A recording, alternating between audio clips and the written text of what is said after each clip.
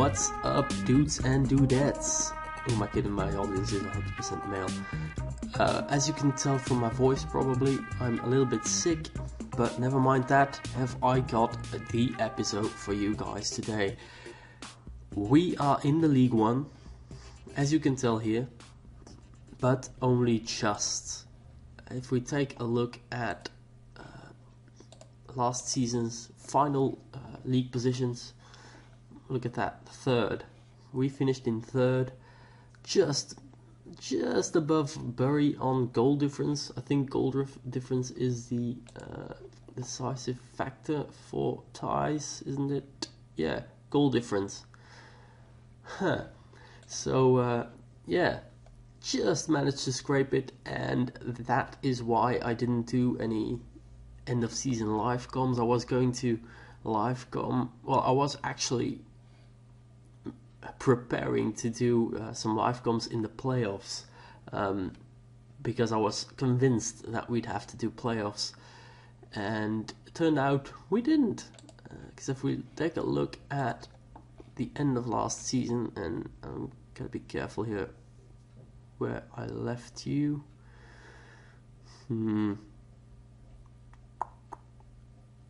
it's been a while since I've played this game. I really don't know. Was it somewhere here? The Newport County game? No, surely not. It was somewhere around here, I think.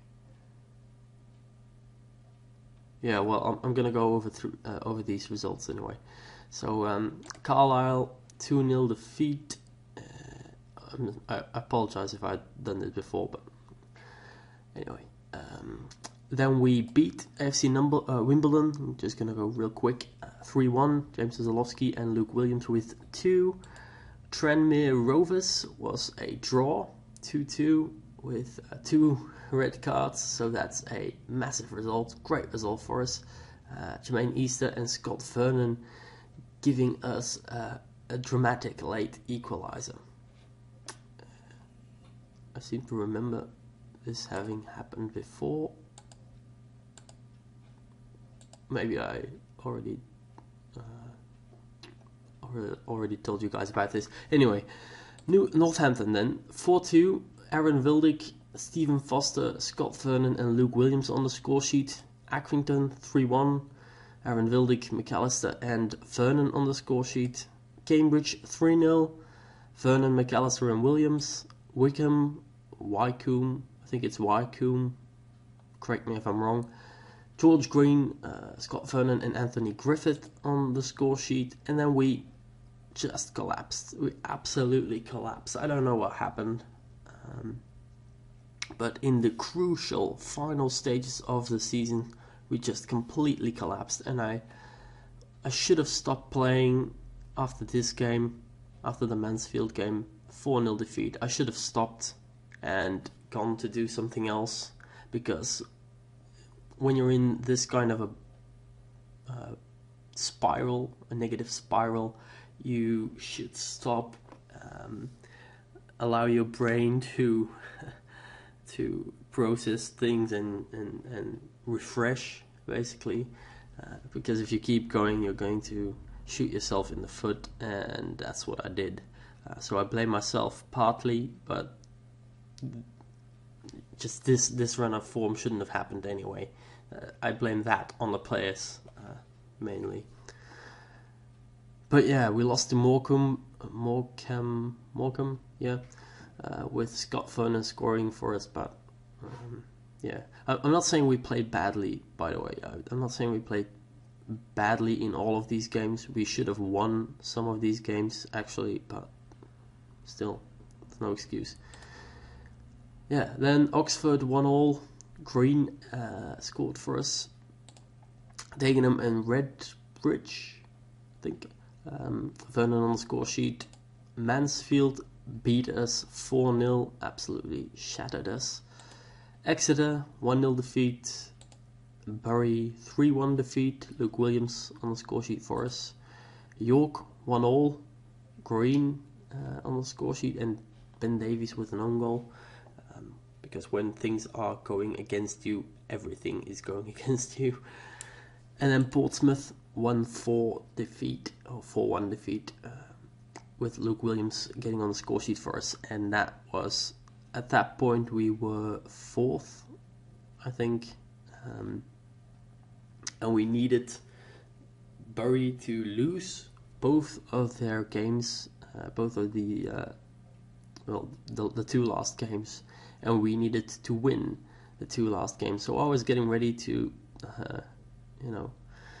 play the playoffs and try and get promotion through those playoffs. But we magically, I don't know what happened in this Cheltenham game.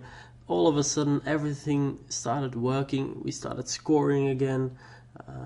We dominated the game 5-0 away from home, with James Collins scoring twice, Aaron Vildick and Scott Vernon scoring twice as well. And looking back, it's good that they did, because if they hadn't, our goal difference wouldn't have been what it was, and we wouldn't have gone through. Crazy football, crazy game football. Plymouth 2-1 victory. James Collins and Ruben Reid. So if they'd scored, after this game, I looked at the league and I knew that if Bury lost, that would have meant their goal difference would decrease at least with 1, and if we won, then our goal difference would increase at least with 1, and that would make us top, or 3rd basically, and that would give us promotion. So that was what I was hoping for. So a little bit of panic when Ruben Reid scored that goal for them, but we were through, and I just absolutely lost my shit. I have to be honest with you, I absolutely lost it. I wish I had live gone that game. But as I said, I was still convinced that we were going to have to be in the playoffs. So yeah, unexpected promotion after all. It's crazy, man. We were first for most of the entire season. If we can have a look at this, past positions. Is that for? That's for this season, isn't it? Yeah, it's not for last season. Well, yeah, we were first for God knows how long for the entire season, and then we just dropped down all the way to. I think we even had. No, I don't think we ever were 5th. We dropped down to 4th, but we managed to scrape it in the end. So yeah, good stuff. And now we're here in the League One. And Millwall have already defeated Walsall in their first game, and we have our first game today, but we'll get to that in a minute. First, let's have a look at Preseason. In Preseason, we defeated Nantwich 2-0. Or actually, let's take a look at transfers first. The transfers, yeah. As you can tell, only free transfers and loan deals, because, let's face it, we don't have a lot of cash hanging around. And only free transfers going out, because I couldn't get these guys sold to anyone, not even for free, which is weird, but anyway. Dominic Smith has gone on loan as well. I was debating with myself whether I would loan him out, but I decided that I would, because his potential ability has gone down, so I don't really. Yeah, I think after his loan deal is going to help him become a little more valuable, perhaps become noticed. But then again, at the end of the season, his contract is running out, so maybe he'll just leave on a free. We'll see. Apart from that, Mickey Demetriou is gone to Luton Town. I wasn't using him at all. Only played 2 games for us last season, I think. Yeah, 2 games, and didn't do particularly well in those games, so I sold him. mostly because I was keeping him as a backup, but even as a backup he didn't really play, as you could tell, the 2 games, and I now have this guy, Joe Scott's. Yeah, great little free transfer, I think. It says here on the report as well, he's a quality player, great crossing, which I like a lot for a left back. I was looking as well for someone who has at least accomplished for the wing back position, because I've developed a new tactics which uses wing backs, which I'll show you in a minute. But his stats are just great. All of his stats are pretty awesome. Tackling is 14, his marking is 12, good passing, first touch, all of that. His physical stats are good, his mental attributes are good. So yeah, I think he'll be a very useful signing. Second signing is Connor Clifford, a central midfielder, because I thought we lacked a bit of depth in that area. I wasn't particularly pleased with how my central midfielders were doing last season, so I thought, why not bring him in for some backup. Like I say, I was debating with myself whether I would sign him or not, because he's not exceptionally good. He's not that much better than he's not really better than my current players. But I thought, why not? We'll bring him in, we'll see how he does, and it's a free transfer, so if it doesn't work out, we can always sell him and get something from him, although his contract is going to expire at the end of the season as well. Never mind. A loan deal from Arsenal, then Chuba Akpom, because our strikers, we needed some additional strikers. I have renewed or extended the the deals for Ben Davies. So Ben Davies was with us last season and he's with us this season as well. So he's going to be our main left back, together with the other signing we made. I forget his name. But George Green as well. He's going to stay with us. We had him in the second part of last season, and we're going to have him this season as well. So good stuff, I think. He's a beast. I mean, I can't believe that we managed to get him on a loan even. So I think he's going to be crucial for us this season. Luke Williams, that's the one. Him we also have for this season, like we had him for last season on loan. I think he's going to play a significant role once again. Last season he was one of our top providers, together with James Collins, top scorers, together with James Collins, and I think he'll repeat that in the League One. I think he has the quality for it. And I think those are good deals as well, the extensions of those loan players. Obviously, loan deals aren't permanent deals, obviously, and we have to structurally change the club. If we're going to make real progress, you can't really make progress with just loan players.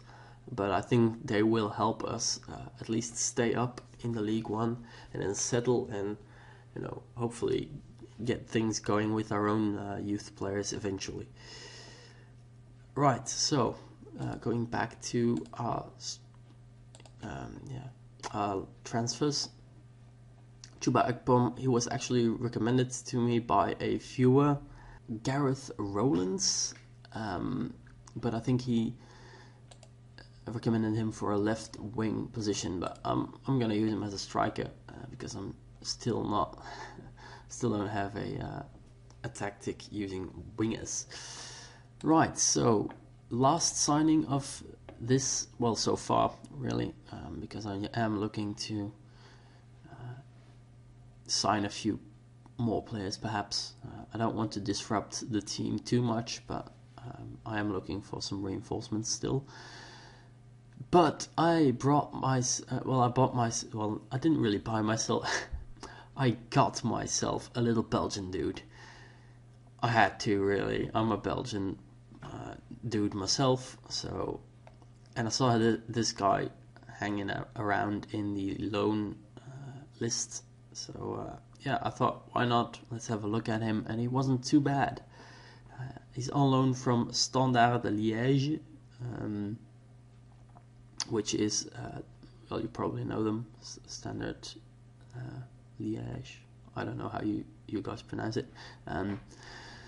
But yeah, they're a very good team in Belgium, and they've got a really good youth academy as well. And this guy is a product of that youth academy, and he's a good one. I think he's going to be an important player for us this season at the age of 18.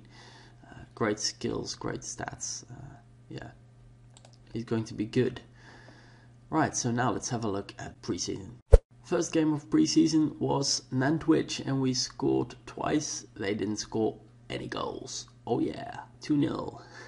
Ryan Woods and Aaron Wildick on the score sheet. I immediately used the new tactics that I'm going to show you in a minute in all of these games except in the last one, where I went with my defensive strategy from last season. Yeah. Anyway, Bristol Rovers was a 0-0 draw. Carlisle a 4-1 victory with Stephen Foster, Liam Lawrence twice, and Scott Vernon getting on the score sheet. And we drew 1-1 with Mansfield, Luke Williams getting on the score sheet for us there. And recently Stoke beat us 1-0 in a fixture they really dominated, but that was to be expected anyway. Okay, so let's look at my new tactics. This is the one. It's my new tactics. I've just, like I do with all my tactics, I've cooked this up in a couple of minutes, really, in like 10 minutes. And then I tweaked things just a little bit, but honestly, I really just go with my gut feeling for these. Trying to get some balance into the team. I've kept the 2 striker formation. I thought I want to have someone connecting midfield with those strikers, and I can't really leave Green out, can I? And then I had these 2 guys, but I wanted to use wing backs, so in order to use them and still be responsible defensively, I thought I need to drop one of my midfielders down, and I did. And I'm going to be using mainly Anthony Griffith as a halfback, who can drop in between the central defenders when the wingers are, well, when the wing backs are high up. To cover for the defensive duties. In any case, I think it's going to be a decent one. I'm going to keep using it as much as I can to see how it does. Maybe tweak a little bit more, and then we'll see. I think it's going to be a good improvement actually on the original that I have. I think this one is a little more balanced, a little more flexible, and I think it's going to work in the League One. I didn't want to go and be defensive all the time in the League One, so I'm going to be attacking instead. I think that the best defense is a good attack. Offense, it's a good offense. The best defense is a good offense, and I think we can try and do that with this tactic. But today, in our first game, I don't think we're going to be able to use it. But because the only two players really that we have who can play at that half-back position are injured. I don't think, Ryan Woods can't play there. Yeah, no, sorry, he's injured and he is suspended. So for 3 matches, actually, that's not good. Right, so we're gonna have to do something else, but I'm not gonna do that now. I'm going to stop the episode right about here. No, actually, I almost forgot. We need to go over a few of the awards that have been given in the at the end of the last season. But I'm gonna say it now already. I'm not going to do the live com in this episode. I'm going to try and keep it sort of reasonable length, and then I'll do a separate video for the live com so that you can choose if and when you want to watch that live com. I am gonna do it. I'm gonna upload it, but I'm not gonna put it in this video. Alright, so do with it what you want. Okay, so let's have a look at the awards for last season. Hang on a minute while I try and find where these awards are. Alright, so here we are. The awards are just right there. I never look at this screen, so I'm sorry, I don't know where things are. Let's start with the goal of the season. We have an honorable mention there, Aaron Wildick with a good strike. I want to show you guys this goal. Can I watch these? Oh, come on. Surely I can. Yes. That was a great goal. Not the strike in particular. I think I'm gonna pause it to switch to 3D mode and perhaps rewind it just a little bit. Oh, I can't really rewind it any further. Yeah, let's watch it in 3D. I hope this works. This doesn't come out all laggy. But yeah, the run from Green was exceptional. He started somewhere on his own half and he just went all the way across the field, and as you could see, the finish was quite good as well. So that was a good goal for us, and he got second in the goal of the season, so that's good shit. Manager of the year went to Michael Appleton from Oxford. I think they won the league, so that's no real surprise. Player of the year went to Ruben Reed, who scored 30 goals and gave 9 assists in 42 appearances, which is mental. Well, I think it's mental, but I've never managed in these leagues before, so I don't know if this happens a lot, but he's a good one. I looked at signing him, but I think he's asking for too much on the wage, more than I want to spend on him, really. I mean, he's a decent player, but he's no miracle, so yeah, he's not coming.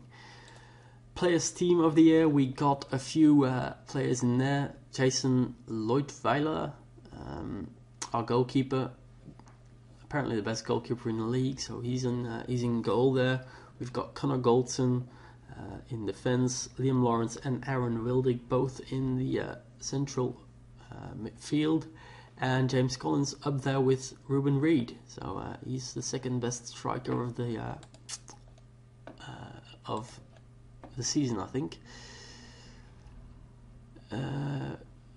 Yeah, top goal scorer is again Ruben Reed, 30 goals. Daniel Nardiello with 26, and Ryan Lowe with 21. If you want to look at James Collins, he didn't really perform very well at the end of the season. Let's see. He scored a ton of goals in the first half of the season, and in the second half of the season he just stopped. Sort of like he said, I've scored enough. I'm done. It's been good. I don't need any more. He just stopped scoring goals. It's really frustrating.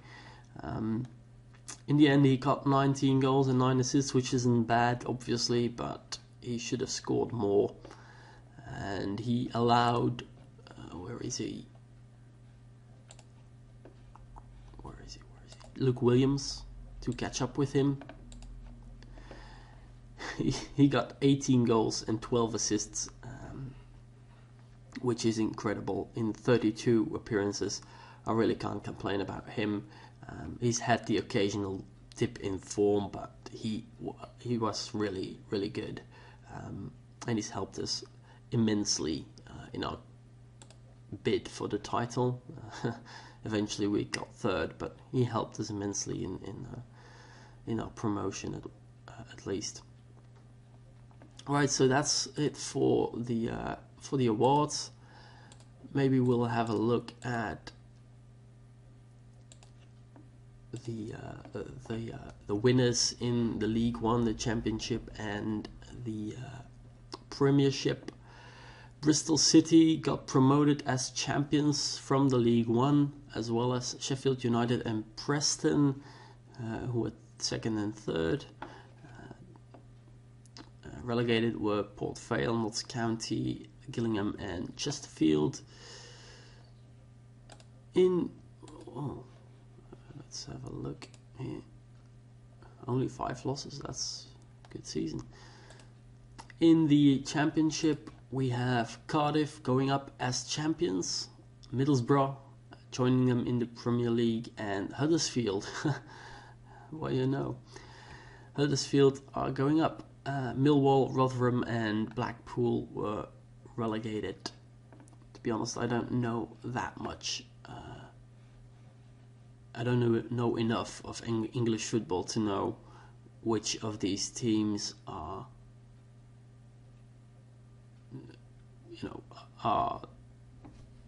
would be weird in the Premier League. To me, Huddersfield is a weird Premier League team. I don't know how you guys see that. Yeah, don't really have any experience in the Premier League, I don't think. In any case, let's have a look at the Premier League and who won it. Chelsea. Chelsea won the Premier League this year.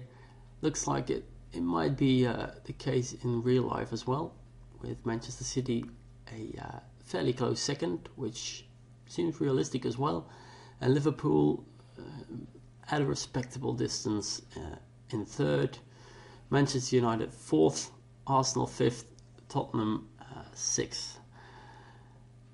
Yeah, that looks alright to me. Could be yeah,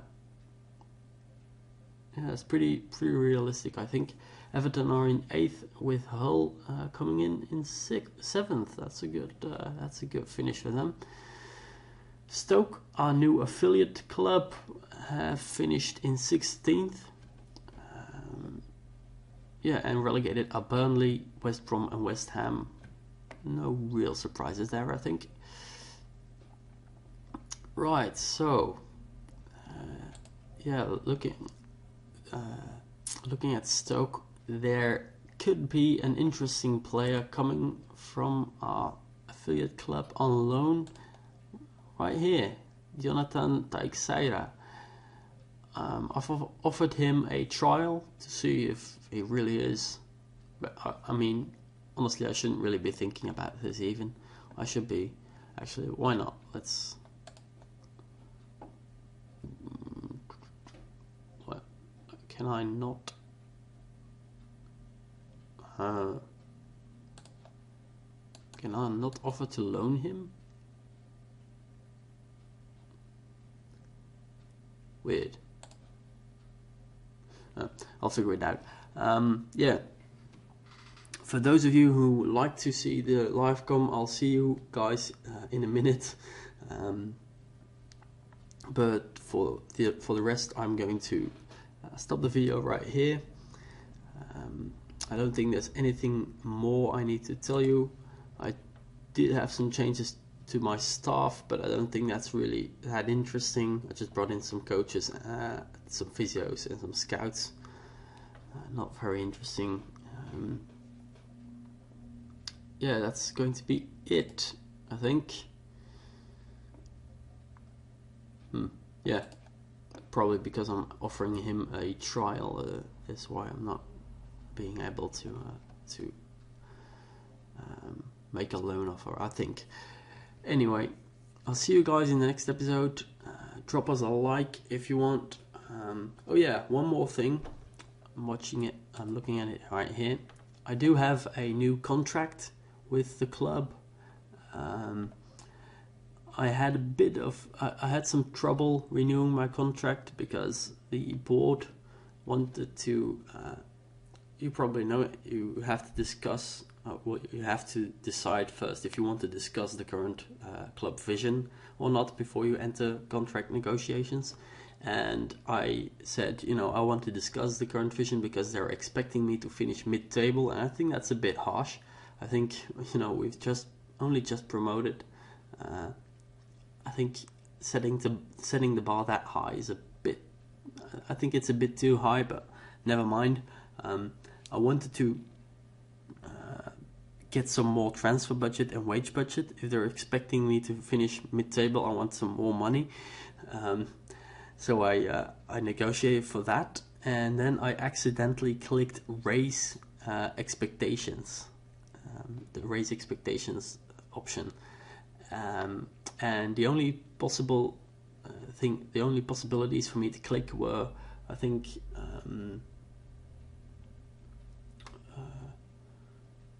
top half of the table finish and promotion challenge, and I didn't want to click either of those, so I clicked continue to get out of that screen, get rid of that conversation, that part of the conversation. But apparently that effectively stopped my contract talks with the board, and they wouldn't enter into new talks. So my contract ran out, and I spent the entire month of July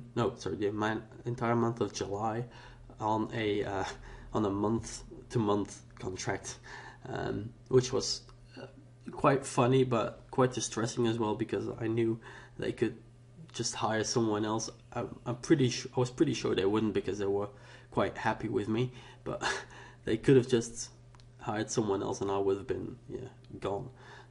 But then the 30th of July, they offered me a new contract, and I accepted. So here we are.